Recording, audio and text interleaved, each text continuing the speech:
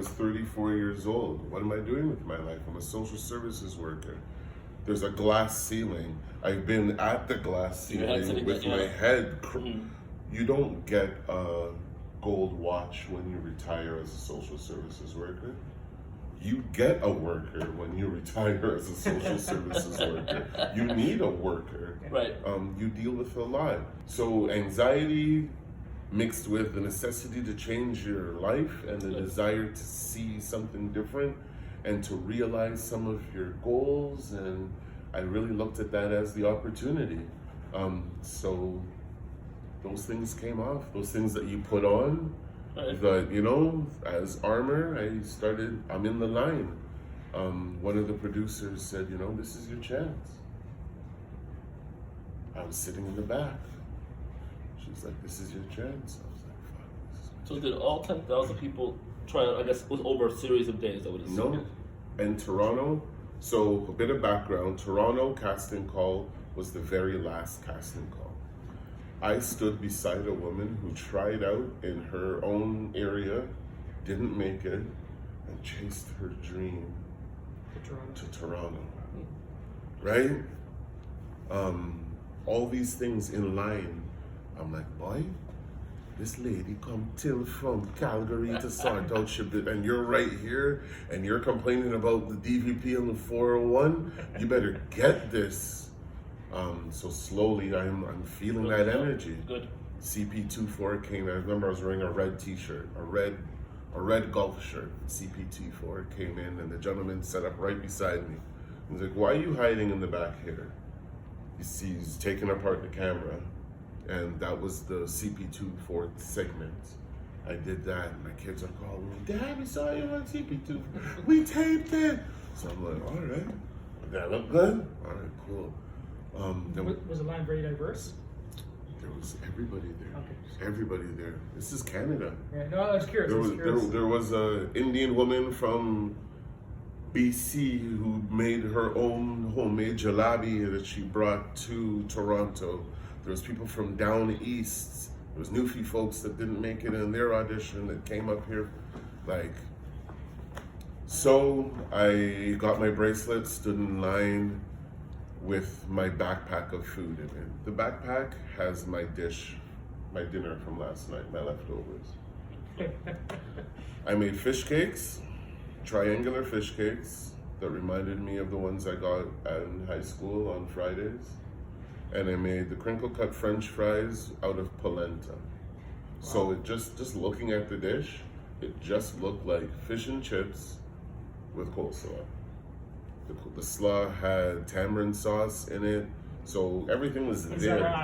There was big flavor, but I made it look exactly like fish and chips from high school. So once you go up to a producer, I guess set up your plate. We're going in room. Also, so you're not cooking. We're not cooking. Okay. We brought it cooked. Okay. We go into a room, 30 at a time, maybe 50 at a time. And we set up our plates, and they come by and they write about your plate. And if you continue, you go back into the room, or your day is done and you leave. Are they trying at that point, or just presentation? So just presentation. They were trying some. Okay. One person walked by with a clipboard, looked at my food, poked it, and walked by. The next person came by and kind of did the same, and I'm hearing the voice in my head, and I'm hearing Allison, the I don't remember what she did on that set. She was like the mom of our group, but she's like, "This is your chance." I was like, "Yo, bro, I didn't come all this way, and I know you're gonna eat a lot of shit today that's gonna run your belly. Do yourself a favor and eat this." And he tasted it. He's like, "Oh, what is this?" Polenta fries, cheesy, you know, like goodness. Like, he's like, "Oh, it's the fish cake." The fish cake was well, in Guyana we do fish cakes.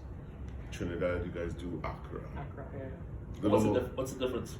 more egg, less flour. Okay. Right. Akra have an egg, right?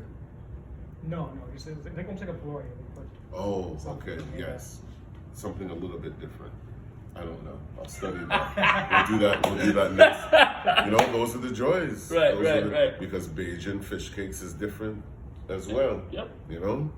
But I made my fish cakes, he tried them. He's right. I went over to tell somebody else. Somebody else came over.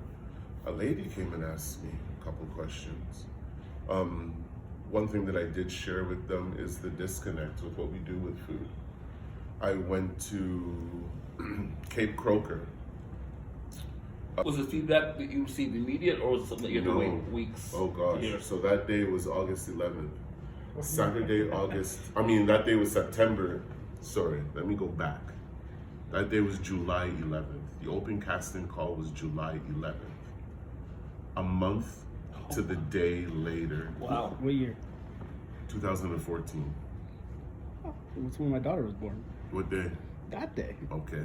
See, it was a Saturday. Yeah. Yeah. My son was born on the 22nd.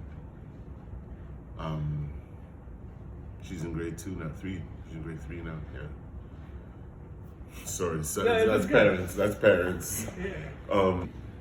Anxiety was something that I dealt with after September 11th. I don't know why. I noticed it. Really? Yeah. September 11th. September 11th, 2001, I started experiencing anxiety in big crowds after that. I can It see makes that. sense. Yeah, It that makes makes took me a total while sense. to be around lots of people. How do you get over it? The long or the short? Well, nothing about you is short, it seems. So take your time. Cannabinoids are great when used properly. Really? Cannabinoids are great when used properly. With your doctor's help, you get a prescription, you learn about what you need for your system, Right. and cannabinoids can do wonders. Right. And did it help when you took that? Did it help with all aspects of your life? When it comes to With anxiety? the aspects that I needed Right. what were most disconcerting. Okay. Yeah, Okay. true story. Oh, that's great. Canadian kid from Toronto. That's what it is. So back to the call. Yes. So August 11th. August 11th. August A month later. The reason why I mentioned the anxiety and I went the long way was because that morning I noticed some of the people that I had met during the audition were posting "sorry, better luck next time" posts. They were posting their pictures that they got or the letters that they got from Masterchef. The phone rang and I looked down at the phone and it said proper television. My goosebumps had goosebumps. Like, this is happening. I probably screamed the whole way home, which was another 3 or 4 minutes. Kicked open the door yelling. My son, who was days old, was sleeping, and I woke up the whole house. It was daytime, but I kicked open the door.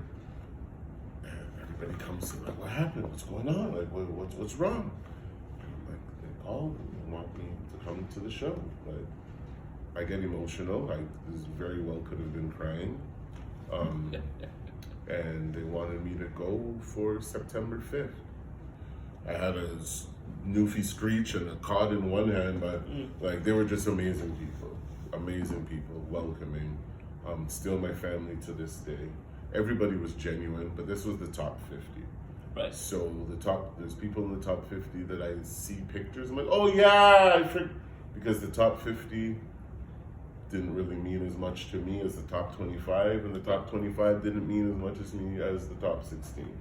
Right. You made it to the top 16. I made it to the top 16.